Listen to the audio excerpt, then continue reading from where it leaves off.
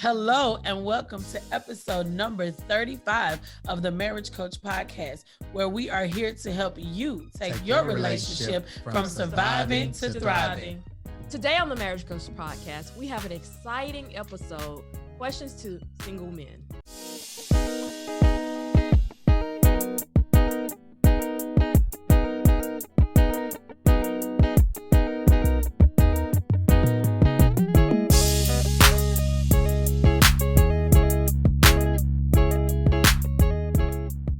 I am 41 years old, born and raised in Beaumont, Texas, single, and have two sisters and a host of nieces and nephews, three godchildren, and I'm currently living in Pearland, Texas, and I'm the lead pastor of Fresh Impact Church of Pearland and also the founder of Tyrone Lane Ministries, owner of TD Lane Enterprises, and also Tyrone Lane Consulting Services, LLC as well.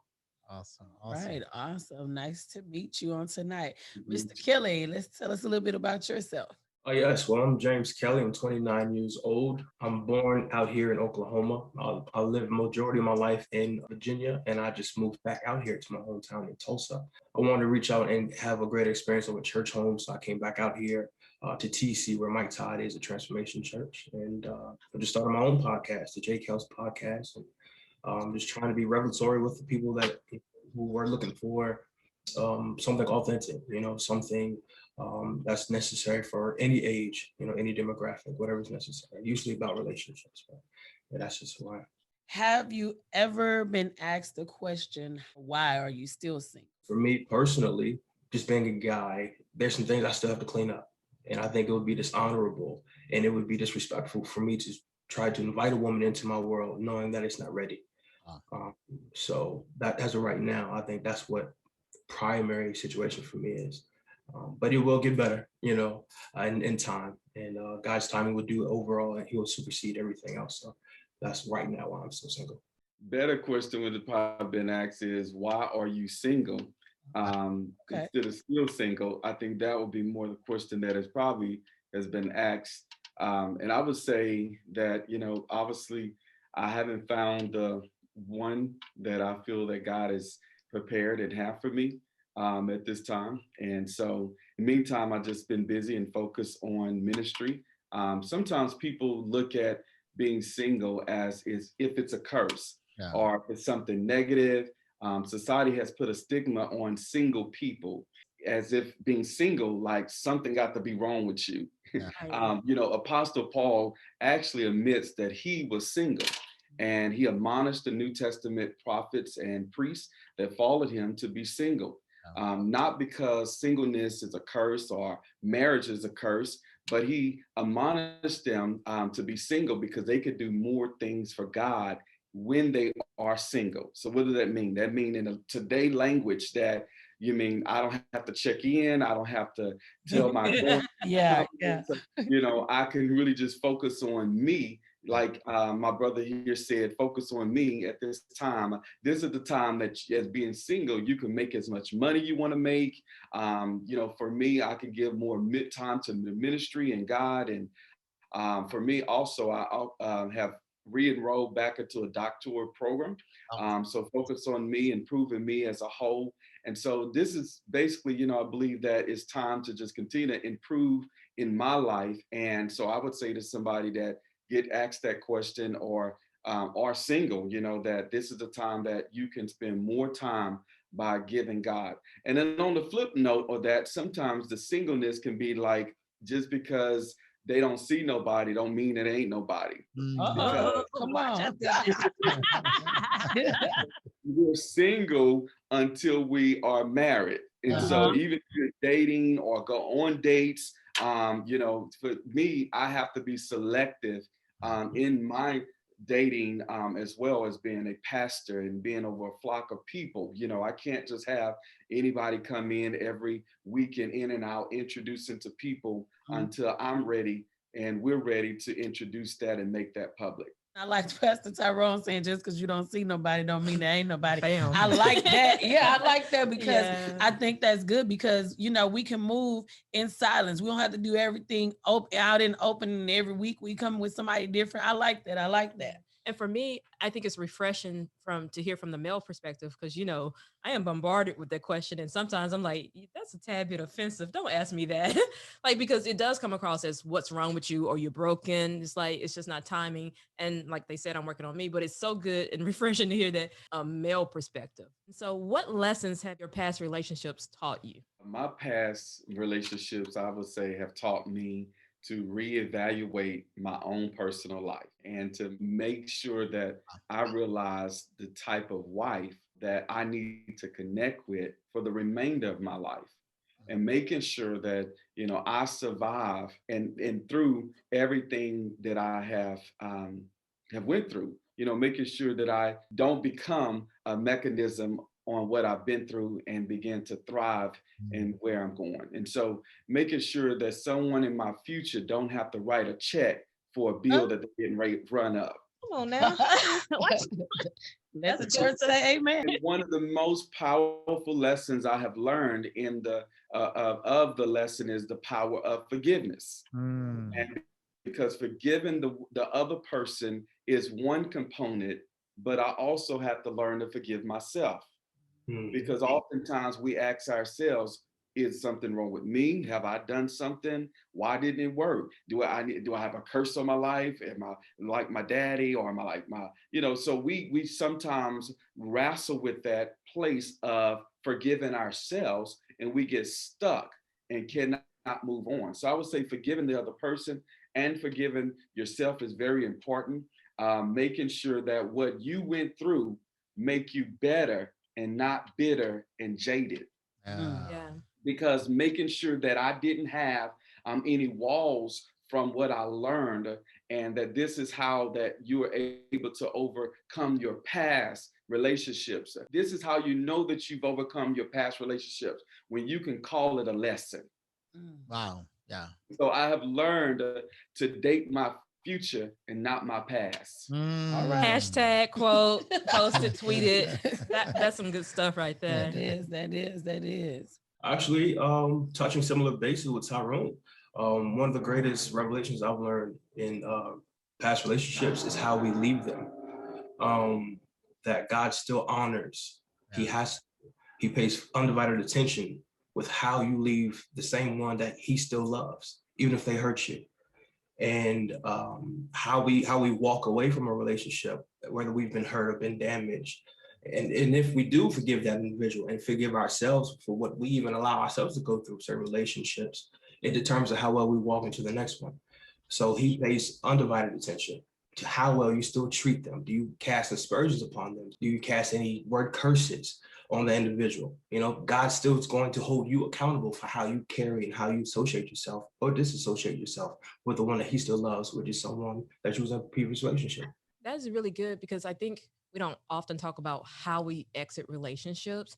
And the goal is not to leave a path of broken hearts or hurt, but to sow to where if you see that person down the street, years later, that it can be friendly and somebody's not hurting and you've gone on, but you've left this path of destruction and, wherever you go. So I think that is such an important point of how to exit a relationship, and you want to exit lovingly because as believers, we always want to be able to say, I'm showing the love of Christ, even though this didn't work out, I'm still showing the love of Christ. And I think that is so powerful of how we exit relationships is so important.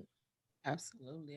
And when I heard him say about you leaving the relationship either bitter or better, and I'm like, wow, because a lot of times we don't evaluate, or when something does go awry or doesn't necessarily work out, we don't look back at it and see, what can we learn from it? What can we do to be better? What can we do to be different? And to have that mindset is awesome to me because it's like you're able to see that. I believe that there's lessons in everything that we experience, everything that we go through. When you look back up on it, that's why they say hindsight is 2020, because now all of a sudden when I'm looking back, I can see clearly, what went wrong or how did this go this way, or even if I allowed something to go on so long that led to something. So I think that is good.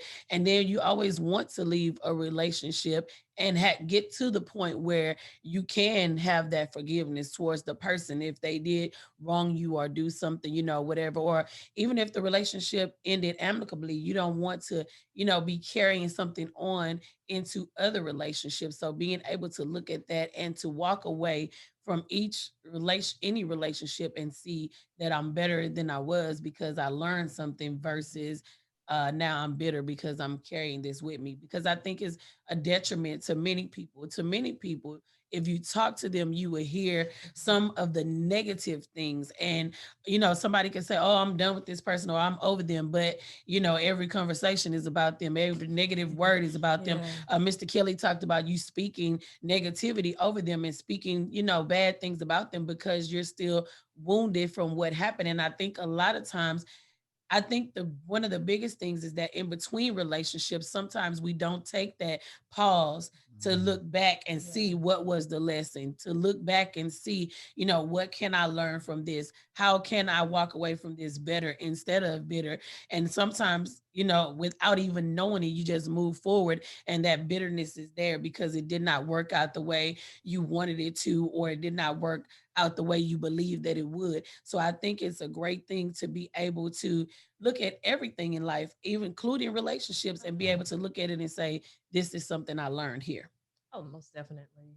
Because one of the things I think when you don't take that pause, when you don't evaluate, you come out broken. And then what are you taking into the next relationship? Mhm. It's that same brokenness. And then what you start to have are patterns and cycles. Yes, absolutely. And so you wondering why I have this path. And it's like, what am I attracting? But it's like, who are you? Mhm. And you may be broken, but what we always talk about, you have to do the work. Do You the have work, to, yeah. you have to do the work to heal. And I think when you take the time to heal, you get different outcomes. Oh, yes, absolutely. What is your response when you hear a woman saying there are no good single men out there, or that all men are dogs?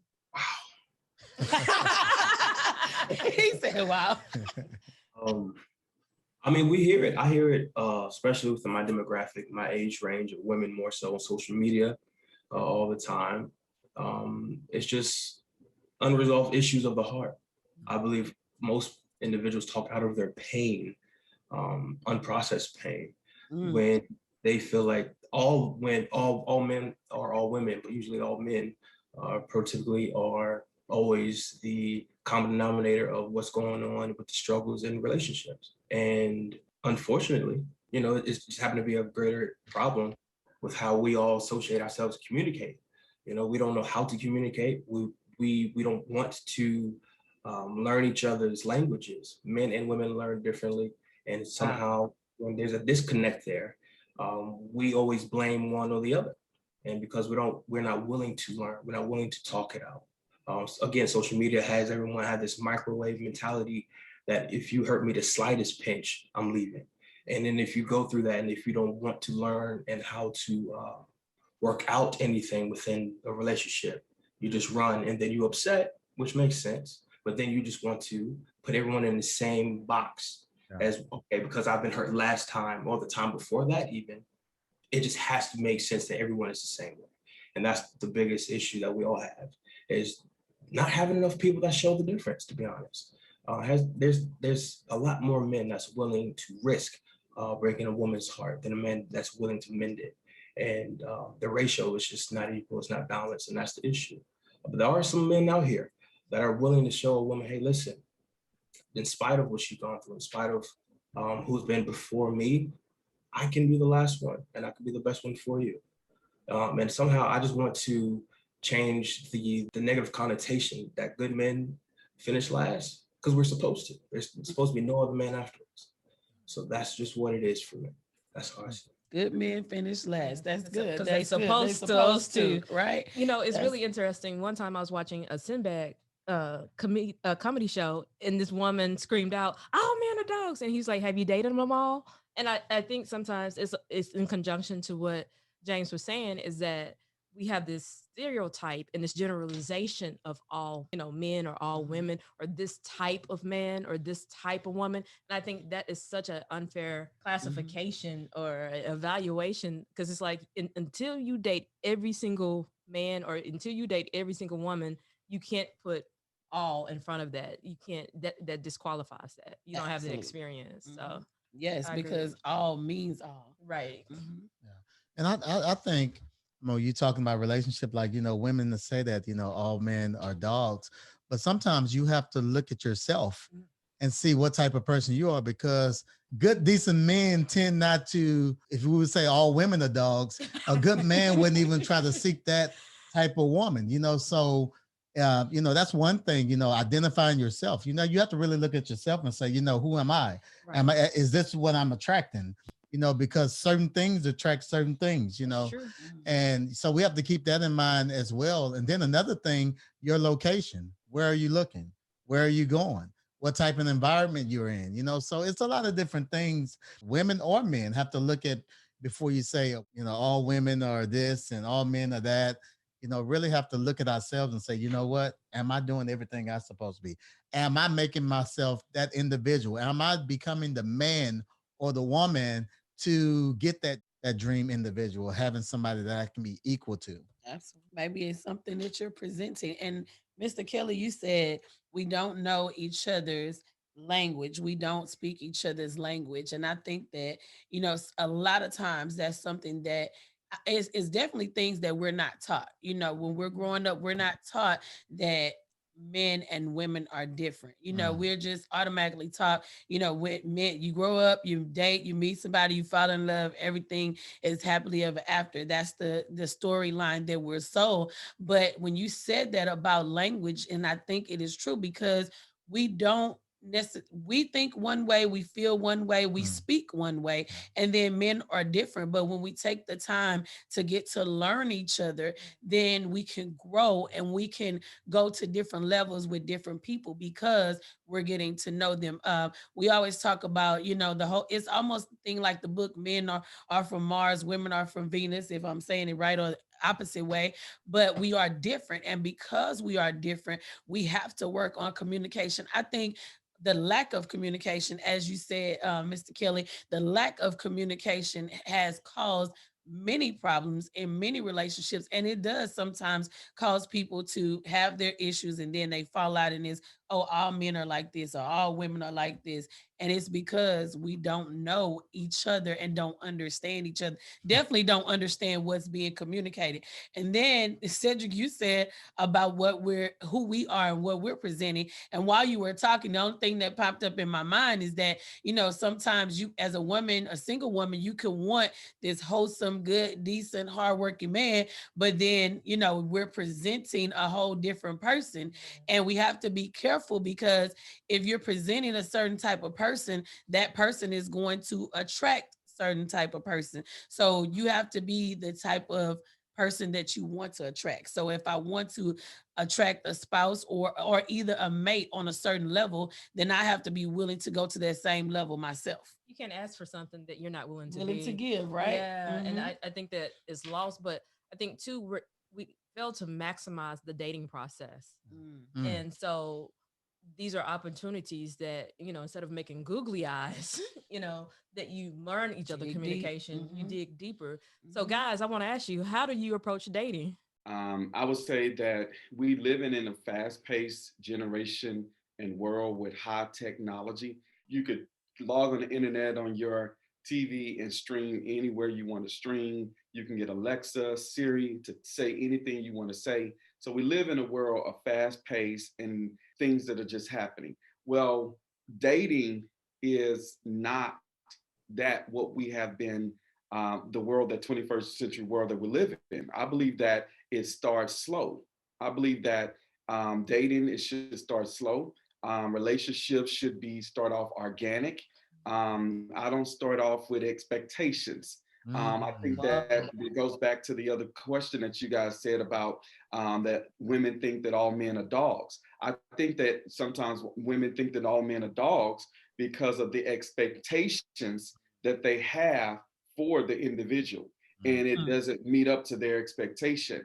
And then sometimes they give more the married woman should be, instead of actually putting the ring on their finger. And Right. then now they're expecting something different when now they've already been giving up the goods. So therefore, I believe that it should start slow. It should be organic, and don't have expectations.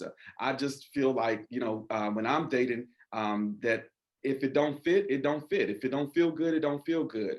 But if it do, I'm going to continue to engage and reach out to that person, call, text, offer more dates to go out on with them. And so just continue to approaching them in a manner that I feel in my heart. Another thing that I believe that a lot of women in this day and time is not like the old days, that they are more becoming less aggressive to aggressiveness. Yes. And so that's another component that in this generation, that they're less aggressive. They're less I'm probably just on a wild goose chase here because there's so much in my mind I want to say. But in this generation that's beneath me, they feel like they can have a full-fledged dating relationship via text. Like, pick up the phone, call me, have a conversation. I mean, how you gonna have a whole relationship when 90% of the time is just via text? But that's just the world that we live in. So it has to be approached with different age groups and different times. I believe that it is, because I'm gonna say another statement, that a powerful woman is a scary thing to a weak man. Oh, wow. Now that men are intimidated because women are more powerful than my daddy days, my grandfather days. And so therefore now we have the first, not only Black vice president, but we have the first Black female vice president. Women that are on the rise in this world, like never before. So but men are intimidated sometimes with the power of a strong woman, period. And so therefore they not into all of the aggressiveness, because they come just as much to the table than you do. So they want to be submissive. So the ways that they want to be submissive is you got to pull out the old school days where you open the door. You begin to rub their back and you squeeze the lemon in their water and all of those type of things to show them that they want to be nurtured, but not in a way of an aggressive that we was taught growing up as young men. That's good. That's good. Wow, you just gave us a load of good stuff for the single listeners. You said start slow, let it be organic, and no expectations. And I think that all of those are great. And I totally agree with every one of them, because I think the problem sometimes is that sometimes we just jump in too fast. I mean, we've been on 2 days with somebody and we ready to write their last name at the end of our name. We scribbling it on paper and all that. Or we come in and soon as, someone looks decent or they treat us halfway nice, we ready to, we already ready to make them husband. And that, we don't even really know them to that level yet. And sometimes the expectations are things that let you down, because you go in with all these expectations from someone or for someone, and you don't even really know them yet. And I think that it's important. We talked about this in one of the other episodes when we talked about dating is collecting data. So it's you taking your time to get to know this person, y'all working through things. And I think that's where the starting slow, taking your time, moving along, and not trying to do things too fast, not trying to, be ready to be engaged after 3 weeks or whatever, And I think that these are some great tips for our listeners. I hope they are writing them down. We'll make sure that they are in the comments. They're down below so that you can take these tips and apply them to your dating so that things can work out a little different. Let me ask a question. So being single, gentlemen, how do you feel about a woman approaching you in a desperate manner? That's just what we cannot control. I think because we're in a world now where everything is about comparison. A lot of women are conceptualizing a future with a man that may not even supposed to be in their present day. Wow. And that's one of the biggest problems, that everyone wants to rush.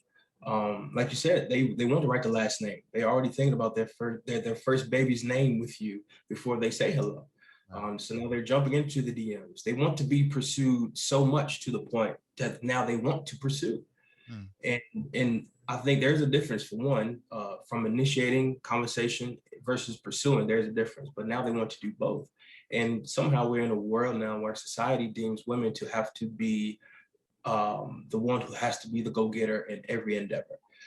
And now in relationships also, they're like, well, if you're not gonna say nothing to me, I'll say something to you. And if you ain't hearing me, because I see my best friend on Facebook and social media with the engagement ring and the wedding pictures, and because they don't have that yet, they feel like, well, I must be getting overlooked, so I have to do everything. And now that just causes them to be uber aggressive to a point where you're like, whoa, that can cause certain signals to a man that if that's not even what he wants, because there are some men that want women to come for them like that, but for the majority who don't, it causes certain signals in us. It's an indicator, like, okay, you're coming too fast, you're coming too hard. Why?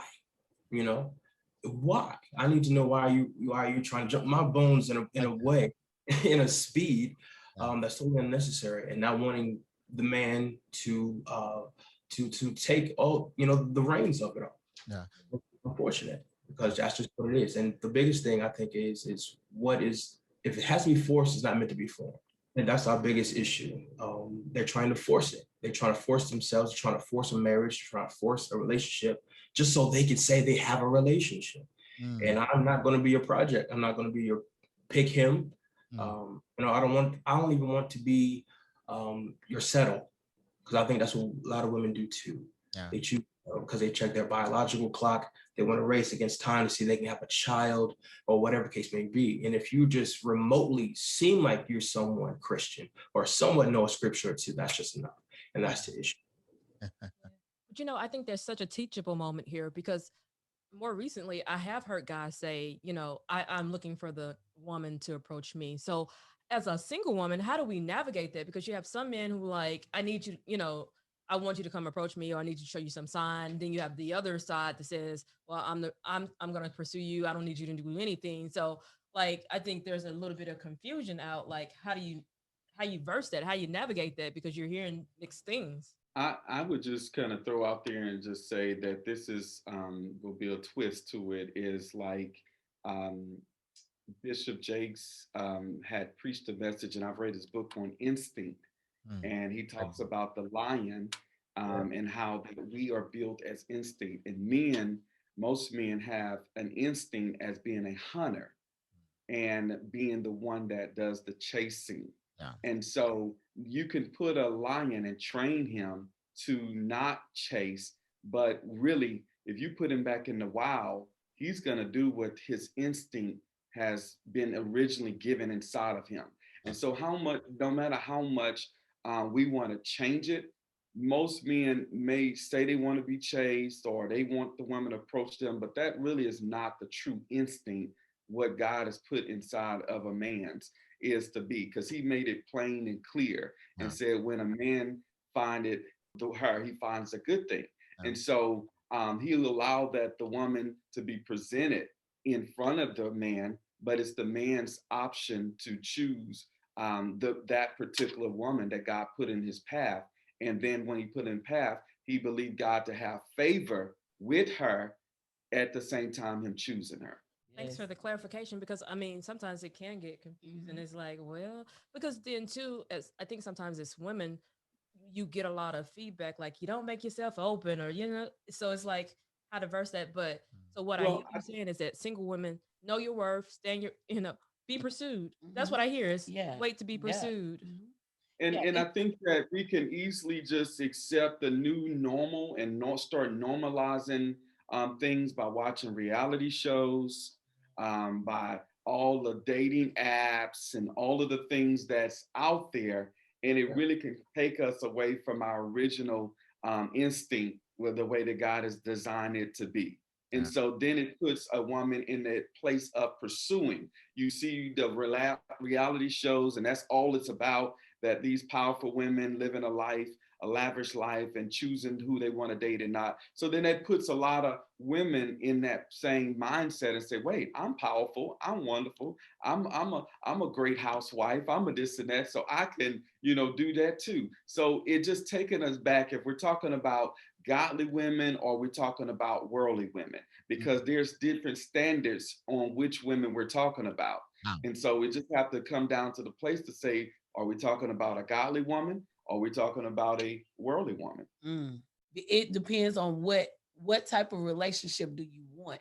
And we know that, if that's the natural order for how God created things, and that's what we want. If we want a godly relationship, then we want to allow it to go in that natural order. So we would allow them to pursue us and just be the best version of us that we can be, and allow them to pursue. One of the best advice I from one of my friends married 26 years, she said friendship has to be the foundation. And I'm learning that more and more. And I think friendship goes back to what you said earlier, that there are no expectations in, in your friendship. So it can friendship sets the space for you to go slow and go Absolutely. organically. And then you don't have to worry about mixed signals because Yeah. you're my friend and I'm still gonna treat you like my brother in Christ. And so I think there's a safe space in friendship, but it's a great foundation because being someone's friend, like I see the friendship that y'all married, but I see the friendship, it comes through. And I think that's a beautiful place when you're trying to build. And what you said, what are you trying to build? Absolutely. And I think that's the really key is what are you trying to build? Then it goes to who you trying to build with. Exactly. Because he said we're talking about two different women. You're talking about a godly woman and a worldly woman. So if I decide, if I'm saying that I'm a godly woman, then I want godly relationships. I want godly order. I want everything to follow the pattern that he set from the beginning. So if I want things to follow that pattern that he set from the beginning, then I need to let things naturally take their course. And when you were talking, that is what I thought about, because I thought about Cedric and I. We knew each other for years before we started dating. Yeah. We were friends, and that we're still friends today. We still joke and talk trash to each other the same way we did when we were dating. Yeah. And I guess when it's been there for so long, it's like common and it's normal, but that is the truth. The foundation for our relationship is our friendship. At the end of the day, he was my friend first. Yeah. And that set the foundation and made it easier for the other parts to come. And I think that that's, kind of the things that Mr. Kelley and Pastor Tyrone are sharing with us today, that if we follow the natural order for the way that God set things up, and we do the slow and steady, and we learn the communication, and we learn each other's language, and because that's what you do in friendship. Think about the time when you're from the friends that you have from childhood, you learn them from spending time with them, from communicating with them. You learn them and you grow with them, and that's how you still. Some people have friends that they've been friends with since 5th grade. And that's because you've built that foundation on, this commonality. You're my friend and we've grown together. And when that happens, I do think that it sets the relationship up on a great foundation for the long haul. Can y'all share, what do you find attractive in a woman? So I would say for me, that the 5 things that attract me to answer it all in one is chemistry, attraction, honesty, integrity, and values. Those are the 5 things that I think that attract, is an attraction for me for a female. And I say chemistry for the reason is because the time that you spend by being organic, it lets you know, do you have a true connection with them? Because you may find yourself attracted to them on the physical appearance, but through that time of organically getting to know them, you can see, do you have a true chemistry and a connection? Do you like them like that? Do they like you like that? Then, I mean, in attraction, am I attracted not only physical, but am I attracted mental? Am I attracted spiritually? Yeah. Are we on the same plane, even on those? Because she can, she may look is one way, but she may think a whole different way. She may have different views spiritually in general. She may be a lawful saint and not willing to change. And I may be a spirit-filled, Christian that is under the grace of God and not under the law. So, I mean, we may have different views. So getting to know each other, all of that, it makes me more attracted to her. And not only that, I said honesty. Can I trust her with my life? Yeah. Can I trust her with our finances? Can I trust her with our children? Yeah. Can I trust her with my family? Yeah. And for me, can I trust her with my church?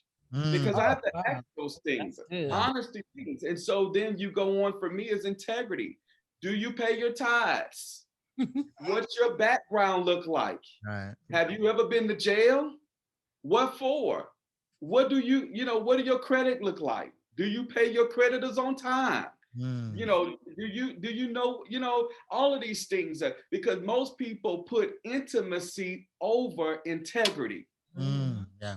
And when they put intimacy over integrity, that's a whole nother door because therefore you go into soul ties and now you connected to somebody that you really don't even like. Yeah.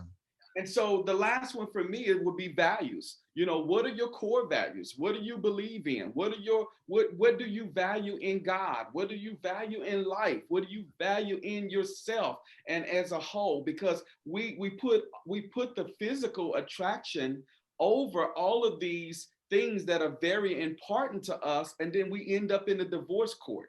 Mm, I have a couple that I know in general, that it has been the past before that they end up going to the jailhouse, getting married, and said, we're going to get married, down the aisle, but they never did get married down the aisle. And later they end up in counseling after counseling after counseling, thinking about getting a divorce because now they realize like, man, we were physically attracted to each other and it was all hot and bothered, these first 6 months. And now I do have your last name now. But now, what are the most important? Now they're sitting in therapy trying to figure out what is important to them.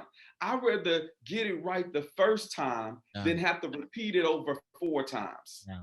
And so these are the things that I would say that I'm attracted or find attracted in a young lady is that chemistry, attraction, honesty, integrity, and values. Wow. And it's so amazing because you don't find any physical things in there, but I think that's a part of it. But it's so refreshing to hear that because I think a lot of times women think I have to be a certain Yes. way Mhm. physically, but it's like Absolutely. who are you at the core of you? Because that I think we said it before, you could be gorgeous on the outside, but jacked Jacked up up Yeah. on the in the inside. Absolutely. inside. Mhm. So Mhm. I think that is but so important. And the other thing, because what it sounds like is purpose over preference. Mhm. And I Yeah. think a lot Yeah, of times we have our list and we're beholden to this list. But when you have a list like that, God can work within that list. Absolutely. Absolutely. it's called purposeful dating. Right. Yes, yes, Yes. Yeah. yes, absolutely. And when you were talking, the only thing I just keep thinking about is what what is really going to matter when you said you start off hot and bothered. Lit, people have to understand you're gonna grow up. I don't care if you 25 now, you're gonna be 45. Is this going to be okay? Because sometimes you said we put in intimacy. Sometimes people put intimacy and the physical before everything, before integrity, before all of those things. And I was like, that is the truth because I'm a person that believes many times that intimacy. If you're intimate with a person too fast, it clouds up your judgment. It clouds up the relationship because now that takes precedence over everything else, and you kind of lose your mind, and you can't see that. So you ready to go down the aisle, but you don't even realize that you really don't like this person, or that they don't have the same moral values as you do, or they don't have the same belief system that you do. And if you're not careful with that, that can be a problem in the long run. So I think that's some good nuggets right there. That is. The questions are to a male. So to the single female that's listening, even if it was just one piece of advice, what would that advice be? Advice that I'll give is that, continue to know who you are and identify, what God has for you as an individual before you attach to anybody else. Make sure you're whole. Make sure that you know who you are. And when you do connect with someone, make sure that they are compatible. Make sure that they y'all have chemistry, and make sure that there's a connection there. I would say to continue to be all that God has called you to be Yeah. in this single time, because even when you get married, I would say that you still have to possess a singleness within yourself to know who you are, because it's not two halves coming together, it's two wholes are coming together. So even with married folks, there's a lot of married folks that say, hey, you know what, I wish I was single at times, but I would say that it's important even now while you're single to conquer the test now. So when you get in a relationship, you can have a testimony and to do what, Shante and Cedric are doing, making an impact into the world by using their testimony to minister to other people and all the singles and married folks all over the world. I love that. And to add, one thing I would say is any two can form a relationship, but it takes the two that's willing to work to make it successful.